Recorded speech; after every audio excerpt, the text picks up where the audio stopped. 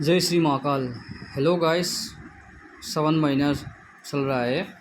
आज हम बात करेंगे कि राजयोग के बारे में। एक्चुअल में राजयोग होता क्या है और राजयोग एक्टिव कब होता है, तो उसी विषय में हम चर्चा करेंगे आज थोड़ा। आइए हम विस्तार से डिस्कस करते हैं। ये हमने आप लोगों के सामने लेके रखा है मेष लगन की कुंडली। मेष लगन की कुंडली का स्वामी होता है मंगल, और सेकेंड हाउस का मालिक होता है शुक्र, बुध, चंद्रमा, सूर्य, बुध। सप्तम का मालिक होता है आपका वेनस, सप्तमेश। और 8 का मालिक होता है आपका गुरु, वृश्चिक स्कॉर्पियो, मंगल। और 9 हाउस का मालिक होता है आपका जुपिटर, बृहस्पति। और 10th हाउस का लॉर्ड होता है स्वामी शनिदेव।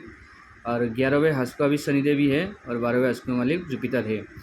तो इस कुंडली के अंदर आपका राजयोग कैसे बनेगा, आप लोग देखिए विस्तार से हम लोग बात करेंगे। सपोज मान लीजिए आपका इसका मंगल स्वामी हो गया, और लग्नेश मंगल हो गया, और पंचमेश हो गया आपका सूर्यदेव, और भाग्येश हो गया आपका जुपिटर। और 10th हाउस का लॉर्ड है शनिदेव, कर्म भव का मालिक जो होता है।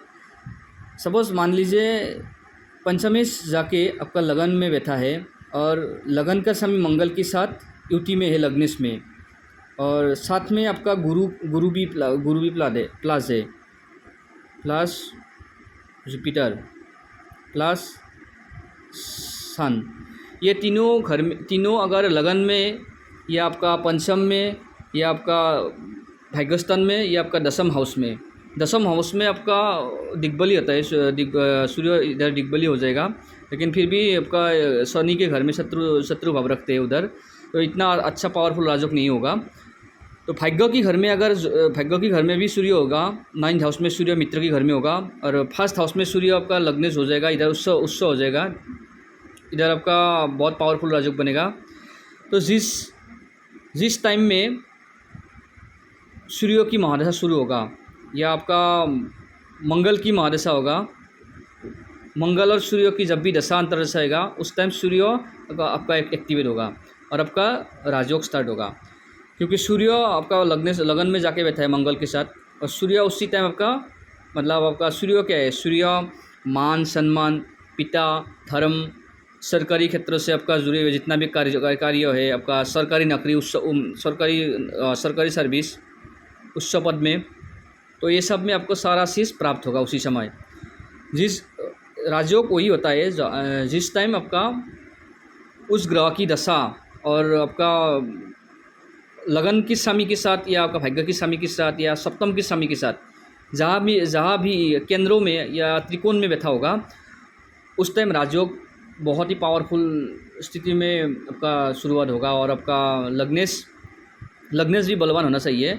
अगर लगन कमज़ोर है, या सूर्य पंचमेश कमज़ोर है, या 9th हाउस का समय कमज़ोर है, तो इतना अच्छा आपको शुभ रिजल्ट नहीं मिलेगा। ये तीनों ग्रह आपका शुभ स्थिति में होना चाहिए, या आपका अस्त नहीं होना चाहिए। विशेष करके आपका ग्रह अस्त नहीं होना चाहिए, और शनि राहु की दृष्टि में नहीं होना चाहिए। जब भी शनि राहु के तो इन पर दृष्टि होगा, तो थोड़ा कम राजयोग इतना अच्छा फल नहीं देगा। फल तो मिलेगा आपको राजयोग का, लेकिन इतना पावरफुल नहीं होगा। तो राजयोग वही होता है जहाँ ग्रह लगन के स्वामी पंचम के साथ हो, या पंचम के स्वामी नवम के साथ हो, ये लेकिन उस घर का मालिक उस राजयोग वाला ग्रह के साथ होना चाहिए, या आपका उस पंचमेश जाके आपका लगन में बैठा होना चाहिए, और शुभ स्थिति में होना चाहिए, और नक्षत्र भी उनका अच्छा होना चाहिए। तब राजयोग का फुल रिजल्ट आपको प्राप्त होता है। तो बहुत लोग कमेंट करता है कि राजयोग क्या होता है, राजयोग कैसे एक्टिव करता है। तो राजयोग एक्टिव ऐसे होता है जैसे आपका जिस घर में ग्रह बैठा हुआ है, उस ग्रह की दशा या प्रत्यंतर दशा में आपका राजयोग एक्टिव होगा। और आपका ग्रह का डिग्री भी देखना पड़ेगा, कितना डिग्री में ग्रह है, और कौन सी लगन की कुंडली में वो राजयोग बना हुआ है। वो सब सारा चीज़ देख के ही आपको राजयोग का फुल विस्तार से आपको बता पाता है। तो आज के लिए इतना ही।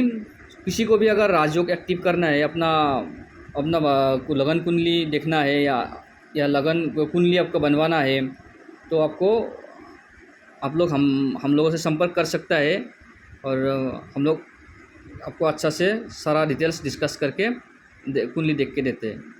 आज के लिए इतना ही। Thank you. जय श्री महाकाल।